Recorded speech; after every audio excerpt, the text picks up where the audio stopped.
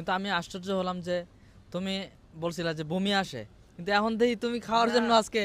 আমি তো এটা আগে খাইতাম না, আমি 8 বার এসেছি, আমার কাছে মানে খুব খারাপ লাগতো, কিন্তু রায়হান বলতেছে যে আমি আনলিমিটেড খাইতে পারি। তা আমি তো যথেষ্ট আশ্চর্য হলাম। পরশুদিন আসলাম, এসে খেয়ে আমিও এটার ভক্ত হয়ে গেলাম। তারপরে আজকে আমাদের মাহবুব ভাই নিয়ে এসছে।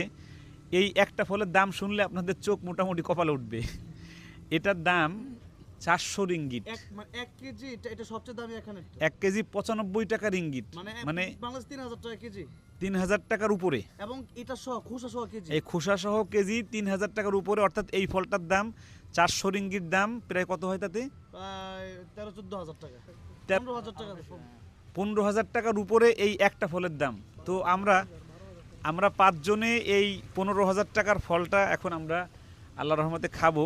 তো তার আমার দ্রুত খেতে হবে, আমি এই যে এত কথা আমার মূলত তাশরিফের কারণে এখানে আসা।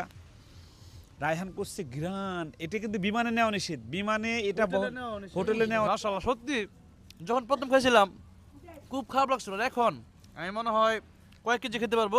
আজকে পেটটা ভরা আলহামদুলিল্লাহ। রায়হান, তুমি যে ডুরিয়ান সবসময় খাও, তুমি তো মালয়েশিয়ান।